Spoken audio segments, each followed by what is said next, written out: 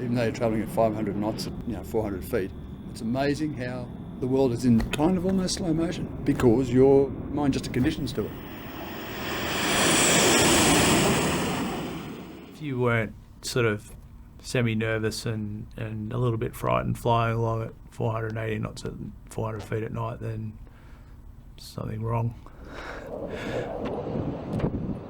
Shortly after that, there's a mighty bang and the aeroplane gave a lurch. I thought, oh no, we've lost a tank. And I flicked in the mirrors and tanks are still there. What had happened, we'd lost an engine, not a tank.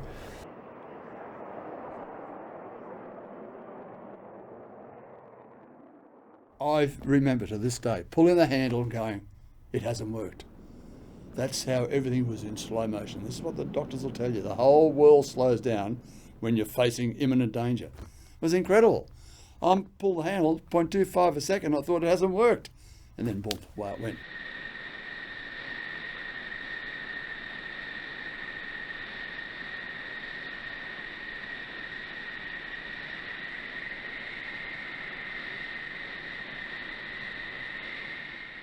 F-134 was a bomber when I did my conversion training. 3, 2, 1. And when I was first on one squadron, it was a bomber.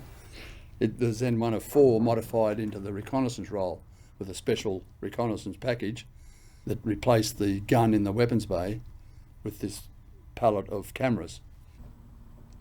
The reconnaissance capability of the F-111 was pretty much unsurpassed. The ability to go long distances, be at low level, and then the camera suite itself was quite extensive. There was a number of different cameras that had all different capabilities that you could apply depending on what sort of target it was.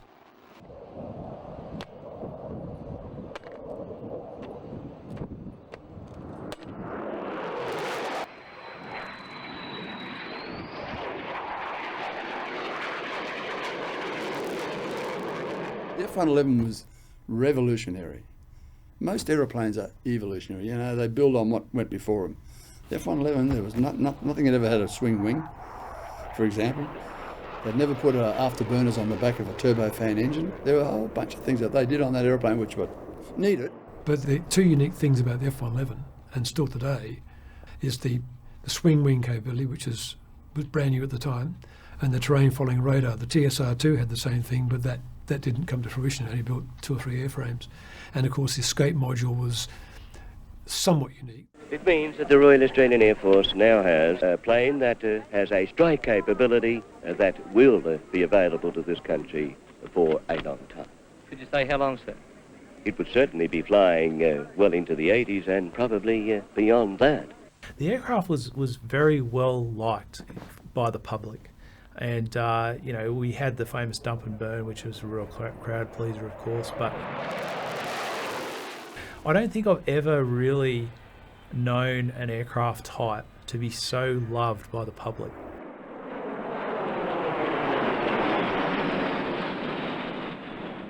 The aircraft, certainly in my time, was always there. It was never not there. And so to sort of have that sort of aircraft not fly anymore was it was certainly significant. In that last couple of years after we got the RF-111 in service, it was, how can I put it, getting in the aeroplane was just like pulling on another arm of your body. In that aircraft we really were relying on each other and also relying on the aircraft. From a crew point of view, I would sum it up by saying that platform excited us, it challenged us, and it scared the bloody hell out of us as crew members.